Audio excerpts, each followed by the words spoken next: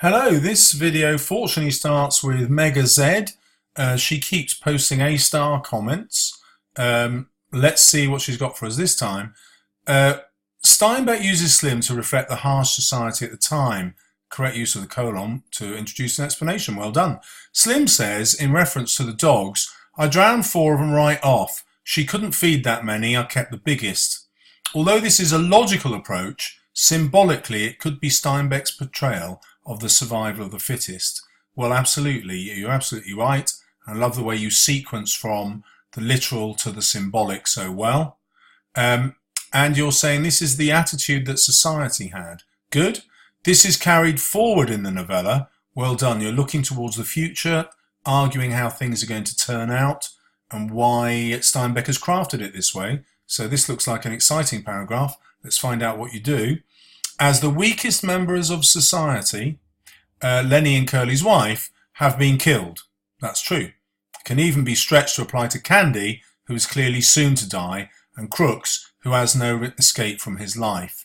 This is a really economical way of linking so many characters in one sentence with one idea, how they're the weakest members of society and how they're not going to survive because the society is based on survival of the fittest. You could easily link that to the animal imagery that's constantly used as well. So very good so far. I love the way you're now coming back to Steinbeck's purpose. Steinbeck does this to mirror the society at the time, which only actually provides the slight chance of growth and the American dream to able white men, and all other members of society have little hope in achieving their dreams. That's quite a broad statement. But if this were part of an essay, your next paragraph, of course, would look at the opposite of able white men. So you'd look presumably at Curly's wife, the role of women in society as portrayed by Clara and Susie, who run the 2 brothels. Anyway, so looked at on its own, this is a clear A-style paragraph that analyses your quotation in depth, looks at more than one character in relation to that quotation, and then links it skillfully to Steinbeck's purpose later in the novel. That's how you do it, folks. Thank you very much, Megazed. Will everyone have the same book? Yes, they will. Who's here for the exam tomorrow? Yes, thank you very much.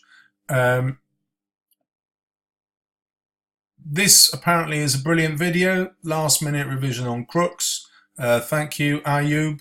I made this at this time last year, I think, and it is a very good video on Crooks. Thank you very much. Students usually pay me a compliment before they ask me to do something for them. So here we go. Just not so clear about what you tried conveying regarding the liniment bottle. Well, I haven't watched the video in a long time, but the liniment bottle is there next to the horse's medicines, again suggesting that the fate of the men is no better than the fate of the animals. And that's the message that we get in the title of Mice and Men. Animals and men are clearly linked. Men are no more significant than tiny mice. It's also linked to his need to ease the pain of his crooked back, and that of course is symbolic of the effect of racism in society. It hasn't literally given him a crooked back, but the crooked back acts as a symbol of white society's oppression of black men and indeed women. So I hope that helps.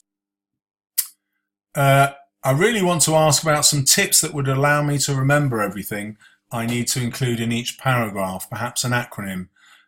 No, English students don't think in terms of acronyms when they're writing essays. Just trust yourself, build an argument. And when you build an argument, your paragraphs will take care of themselves. Aisha Lala says, or Lila, also, could you quickly do a video on Curly and the fight scene in Of Mice and Men? Because it's never come up before. Well, the fight scene is significant because it happens exactly after Lenny and George and Candy have got together and decided that the Dream Ranch can actually happen. So it is most crucial, above all, that Lenny and George keep their jobs. So what's fascinating here is that during the fight, Slim offers to step in and stop Curly from attacking Lenny, but George refuses and then says, "Get him, Lenny." What's significant about that is he must expect them to get canned after that. So I look at the fight scene and I think, well, George deliberately sabotages the dream. He does not want it to come true at this moment. And so he's happy for Lenny to do something appalling to Curly. George knows he will do something appalling. He's given those warnings in the novel already, and yet he's happy for Lenny to do that to Curly. There's then a kind of miracle that Slim manages to intervene and stop Curly getting them canned. And that could be a turning point. You know, you might look at that and think, well, that's the moment when George starts imagining a life without Lenny because Slim's there. And then the other aspects of that fight scene are the innate cowardliness it shows in men, and how Curly deliberately picks on those who appear weaker, and how that represents the way the men in general behave in this society. Even Slim. The difference with Slim is he thinks there ought to be some rules in fighting, and that's why he's stepping in to stop Curly, because Lenny isn't resisting. He's an innocent victim. So it shows the inherent violence contained in all men, even the good ones, because Slim isn't opposed to fighting. He just thinks that fighting should have proper rules.